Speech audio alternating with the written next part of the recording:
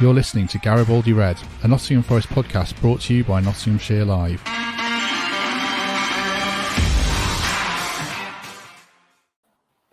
Hello, welcome to Garibaldi Red. It's been a while since we've done one of the live podcasts on the current events at Forest, so we're going to have a little bit of a chat around the World Cup and around the best players for Forest in 2022. So to do that, I'm joined by Michael Temple. Temps, how are you doing?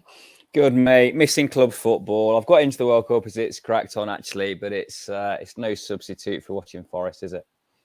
No, I agree with you. I enjoyed the second half of England last night, well, from the 30-minute mark. But yeah, it's a bit of a battle to get into some of these games. It's been some rotten games, hasn't there? Some good ones, but some rotten ones as well. Yeah, let's see if we can give Senegal the run around. At least we've got clarity now. I just like the fact that I know if they are playing, when they're playing, rather than having to arrange a multitude of social events around England's possible routes to the final. So yeah, we'll see. But yeah, glad the brakes are off a little bit and we're playing with a bit more attacking intent against Wales as opposed to that American game, which was dull. Oh, God, that was awful. Awful. Well, you mentioned Wales. We'll come on to those in a minute. One of the things we're going to talk about is the best players of 2022. Reach, the company I work for across the whole network, are doing the best players of 2022 for each Premier League club, which means Forest are in it after getting promoted. So yay for that. I was asked to pick the shortlist. So I picked the 4 players, and you can tell me how right or wrong I am, Temps, before we go into the individuals. So I picked, purely based on players that have been here for the calendar year, which might be a point of debate, Ryan Yates, Brennan Johnson, Joe Worrell, and Scott McKenna. Would you have picked different, or are you on board with those 4? Yeah, I think that Yatesy has had a great calendar year, as have all 4 of those guys there. But I think I can make a case for Jed Spence and Brice Samba. Really hard for me to decide who we'd kick out of that. But I think just looking at last season in particular, there were so many players who had credible shouts of Player of the Year, and the various fans group divided them 5 ways from what I understand. There were 5 separate Forest players awarded Player of the Year, and we haven't even mentioned the likes of Jimmy Garner and 1 or 2 others. So yeah, I'd take you to task on a couple of those, but I'll back you on Yatesy and Brennan, who I think have been Forest's most consistent players over the course of 12 months. Let's talk about Brennan individually then and tie it in with the World Cup.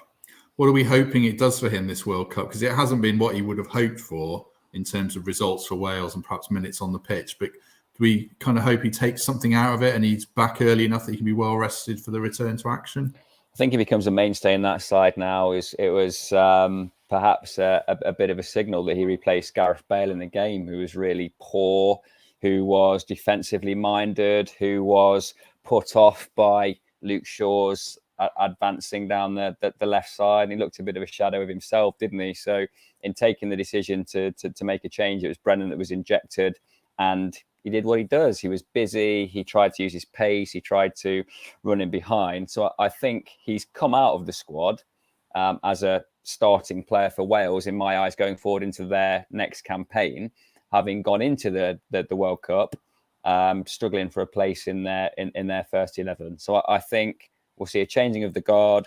He will only benefit from being in and amongst international football. And look, tempered by the fact that he's still a very, very young player with significant potential. I read a really interesting piece about the transfer values of everybody at the World Cup, and he was held up as the most valuable player in a transfer sense in that Wales squad. And that's partly down to what he's achieved so far and partly towards what he has the potential to achieve in the future. So Brennan will only get better from this point. He'll be an international regular. I wouldn't be surprised to see Gareth Bale announcing his international retirement at some point soon. And Forest have got a very valuable asset on their hands who's going to grow into that role more and more. What about Nico Williams? I mean, obviously he had the really sad news with his granddad passing.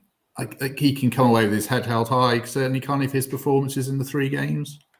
Yeah, look, so unlucky. I mean, yeah, thoughts with Nico of having to play a day after hearing that his granddad had died, and being away from his family when he hears that news. So to focus up and go out and play so soon after hearing that was really tough.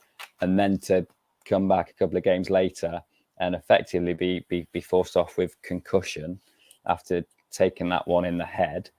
He's been really unlucky, hasn't he? But I thought even last night there were times where he received the ball and he was confident on it.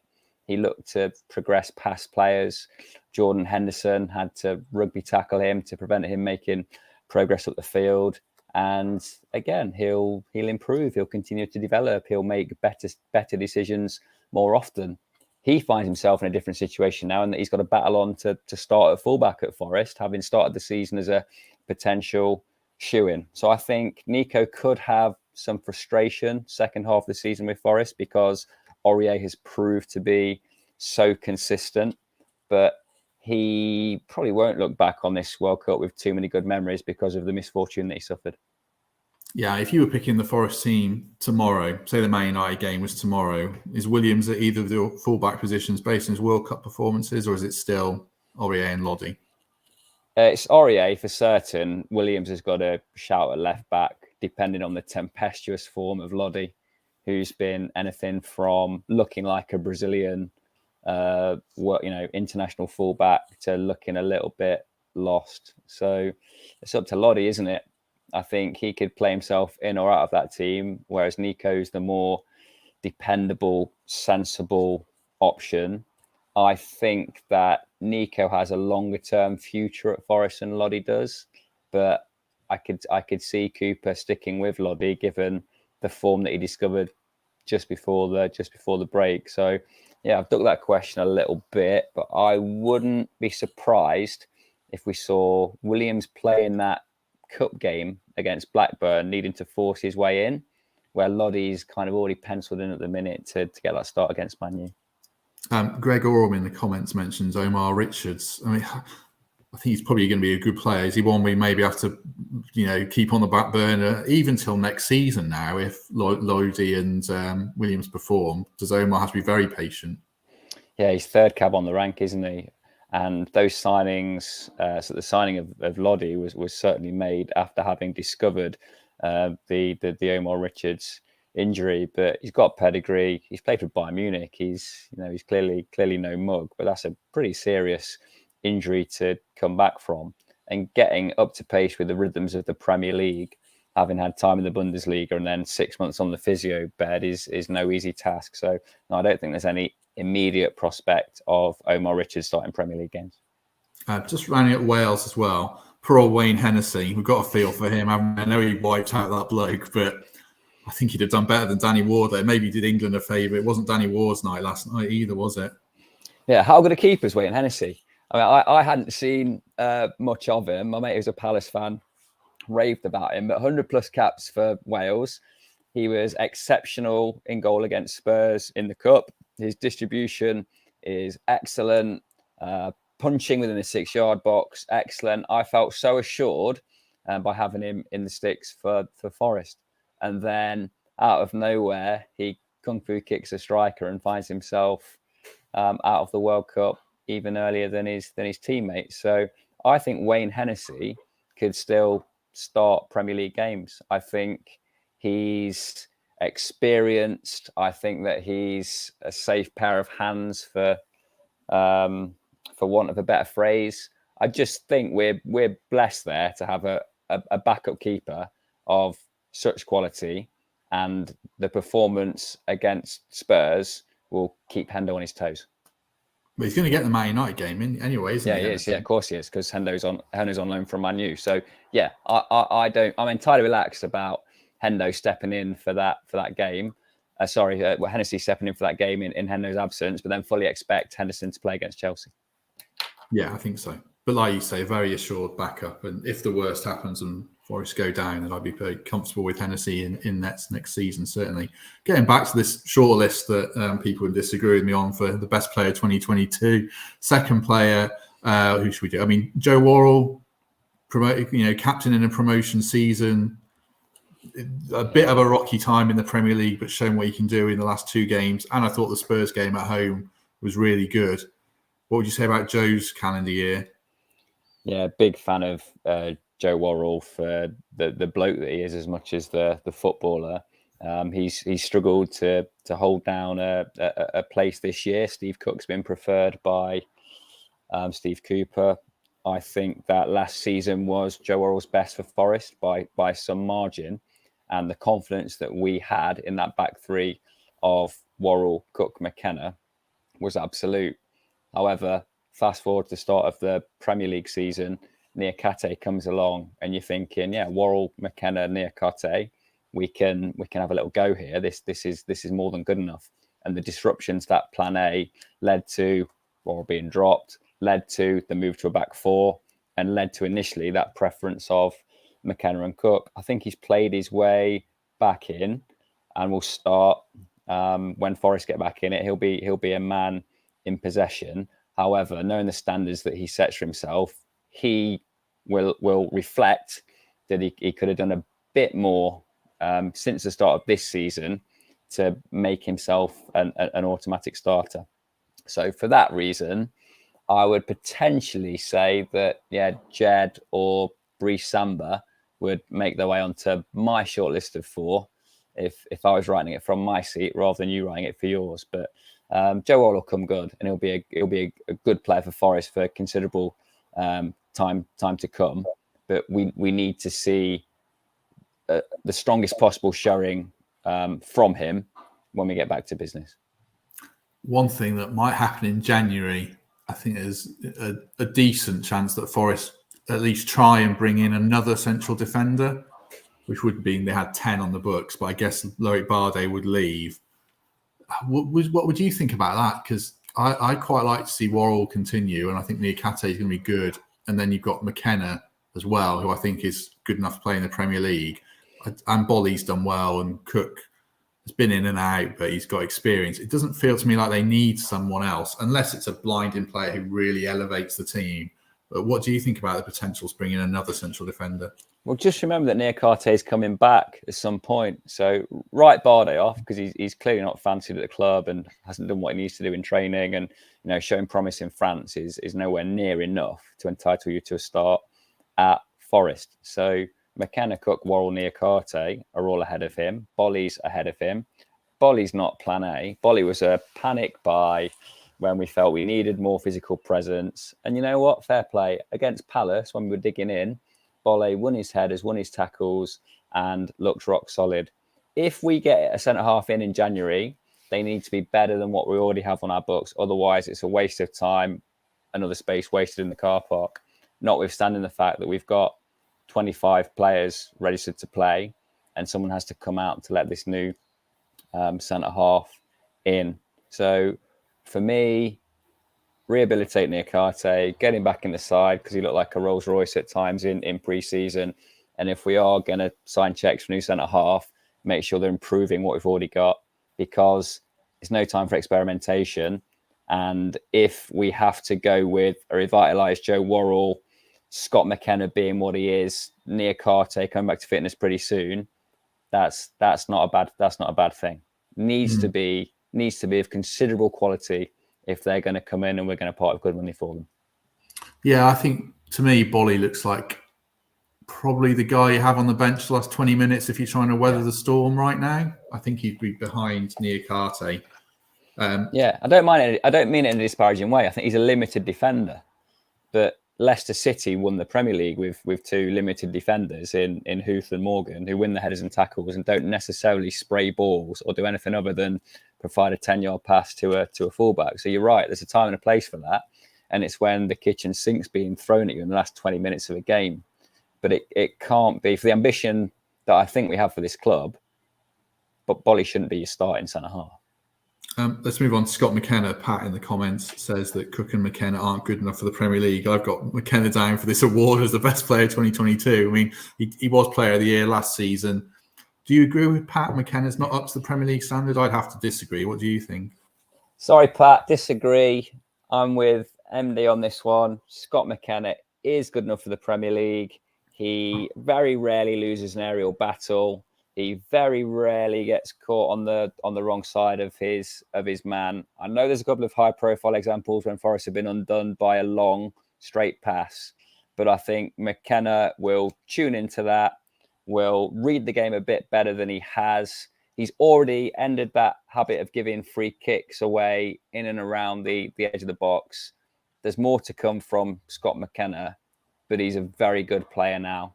And yes, Pat, you're off the mark. He's come back and said he's too slow. Like, he's not blessed with express pace, is he? But that's not everything. And we can put quicker defenders in that team, but they won't be as dependable under the high ball. They won't be as dependable when marking physical centre forwards. So big fan of Scotty Mac. Yeah, I think the challenge for McKenna and probably all the players, if Forest get through this season, they're still in the Premier League, is to find that next gear, isn't it? And find that next level, because they're going to need to. And I think there's obviously an ambition at the football club that Forest would elevate up the table. I think the owner wants that. And the challenge from McKenna and Worrell and anyone who played in the Championship, really, except Brennan, I think they believe in Brennan most, but they have to rise the challenge, don't they? Yeah, absolutely right. I mean, Cooper's, I won't say he's shown a ruthless streak, but he certainly showed that nobody's above being dropped. And he's not afraid of taking criticism if he makes a selection which isn't in the populist interest or isn't being called for from the stands.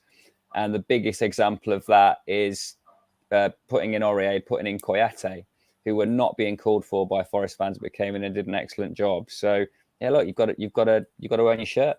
And Cooper wants to be successful. And if that means dropping his captain for a few weeks, as he's shown, he'll do it. True.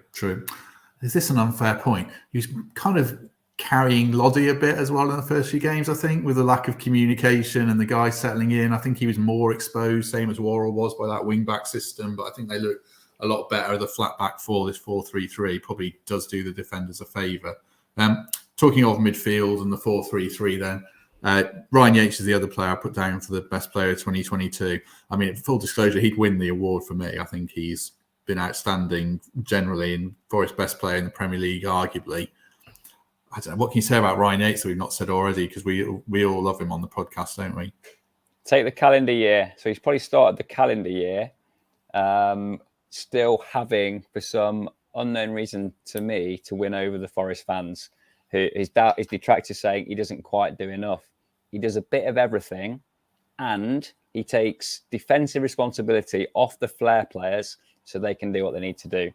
Doesn't duck a header, doesn't duck a tackle, has become, I would say, the fittest player in the Forest squad. His ability on the ball continues to improve.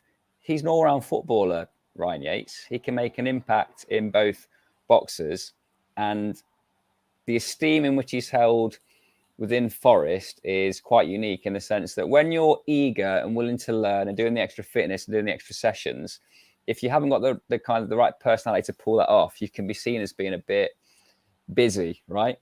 Which was the Neville brothers' reputation at Man United. Not the most talented, but they were the busy brothers, and just managed to forge careers through a kind of elite mindset and tenacity to want to win, to tackle, to run. For me, Ryan Yates is like the star pupil at Forest, but he has the personality and the genuine love for the club that he carries it off. And I hope now, finally, he's as popular in the stands as he is in the changing room, because he's a real asset to this team. And I think everybody's woken up to that now. You're right. I think in the calendar year, Yates has certainly been our most consistent performer and should be the standout candidate for your award. Yeah, I mean, I've made this point before. I see him as Forrest's like Jordan Henderson type player. He's not the fanciest player on the pitch, but he's like the extension of the manager and what the manager wants on the pitch, no matter who the manager is as well. I think he's the guy who executes the plan in place. And I think people who spoke to on the podcast about him as well, I mean, David Johnson, Nick Marshall, Martin O'Neill, players through different stages of his career, all talk about the same things about him, about his attitude, his willingness to improve himself as a player. And on Monday's podcast, the guest on that has worked with him closely. I can't see who it is yet. Tells a really good story about Ryan Yates and what kind of character he is around the club with the staff. And I don't mean the coaching staff, I mean the staff at the training ground. So that, listen to that on Monday. It's my favourite episode, I think. But yeah, for me, Yates is the standout player of the year, and I think he's one who's going to get better and better. What his ceiling is, I don't know, but if anyone can, punch that extra 10% out of themselves through the ceiling, which I always talk about, then I think it's Ryan Yates. So for me, he would win it. Couple of other points then to talk about before we go. Check Kouyate and the midfield was extending on from Yates. Is that a bit of a worry for you? It looks like he might be out for a while. Yeah, it is in terms of that profile of player. So in the games where we want to be physical and be at their midfield, Kouyate would have played, wouldn't he? So it's a blow because he's proved to be having more of a role at Forest than we perhaps envisaged at the start of the season. So losing that profile of player is a bit of a blow because he does the defensive stuff better than a Lewis O'Brien, certainly better than a Mangala or a Freuler, who are different profiles of player. So yeah, we will lose some physicality in midfield in those battles, and Koyate's physical attributes have proved to be really important to us. So yeah, I was really sorry to see him getting stretched off as he was. Nick in the comment section, who does my job better than I do, saying hit the like button now. So if you're watching on YouTube, I can't see how many people actually hit like, but it does make a difference in getting this to different eyeballs. So thanks for that, Nick, as ever. Kouyate, yeah, is he's quite quick, isn't he? I was a bit taken aback by how he can get around the park. I mean, he blows up after that. He needs about 10 minutes rest, but he's a bit more athletic than I thought. Yeah, he's a machine. I mean, when I was working in London at the Olympic Stadium for a bit, and him and he was one of the star boys at West Ham in that side. Watching him week in, week out, he gets everywhere. Like never ducked a challenge. Always, almost. I'm going to kind of counter myself a bit here as well. But one temptation of some central midfielders is to try and run unnecessarily, get everywhere, do nothing, where he seems to have a certain efficiency, which means he holds his position, but at the same time, he knows when to go. He knows when he has to go and press a fullback, when he has to support his own fullback, when he has to drop in because a defender's up from a corner. There's a certain nous that comes from Kouyate, and his physical attributes exemplify that because he is quick and strong. But yeah, an underrated signing that. I think it was quite an astute one, even if it doesn't necessarily have the hallmarks of Steve Cooper on it. It's a player that has arrived at Forest and proved his worth, and fair play. I love that there's an environment there where, regardless of who you are, where you've been, how much you've been signed for, you can play your way in, and that's really healthy.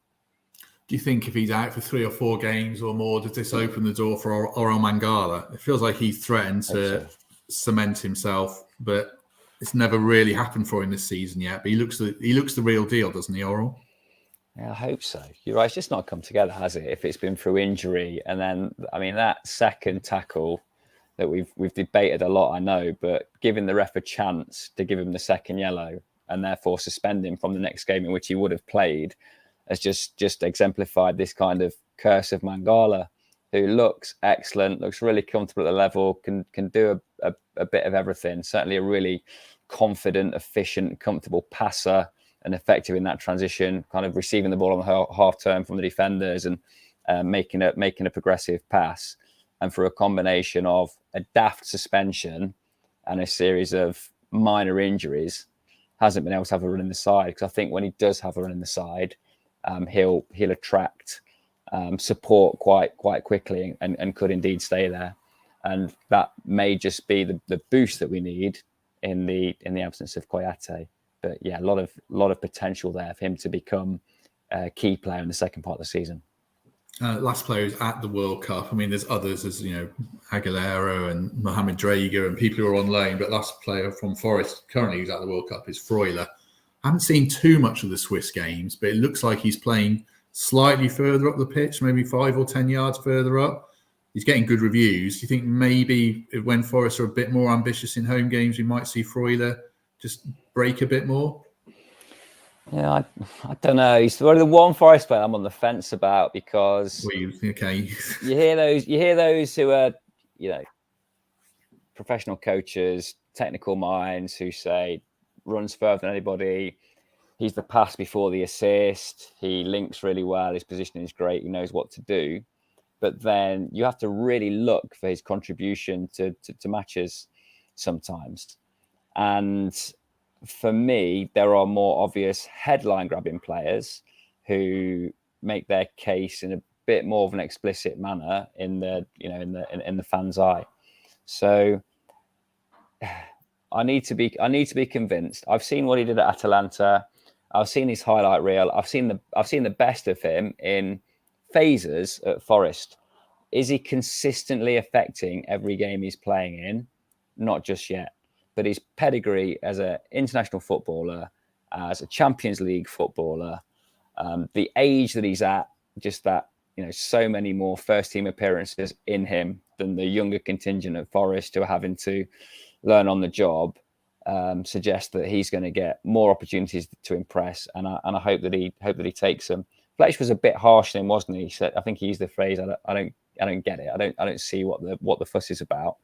I can see what Forest want him to be. I just hope we see a little bit more from him when we resume.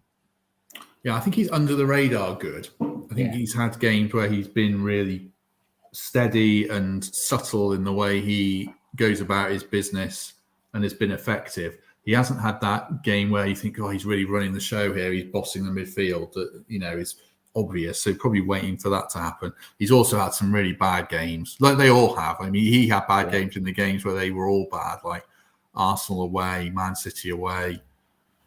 Did he play at Leicester? I can't remember. He struggled in a 2, I thought. He's looked better in a 3. But I think, is it fair to say that midfield 3, I'd say Yates is probably the only one that's guaranteed to play. Are the other slots up for grabs still? Yeah, of course they are, because you've got, we spoke about Koyate, Freuler, Mangala, Lewis O'Brien would expect more minutes than he's had to this point. So yeah, it's an open race, isn't it? And also it's influenced by the mix that you want in there, the risk that you want to take with and without the ball, and whether or not you want 2 sitting, 1 more advanced, or 2 more attack minded. So yeah, we ain't going to see necessarily Forest's best 11 when we play Blackburn. It'll be a tune-up for those that need it and a rest for those that need it also. But I think what will the mix be when we play Man United? Wouldn't be surprised if it was Yates, Freuler, Mangala. I think you're right. Interesting comments about Freuler in the comments. Todd points out he cuts off opposition players and avenues in for that. Nick saying he's playing a bit further forward in midfield. Yeah, maybe he's one that we'll look at in a different light come the end of the season, I think.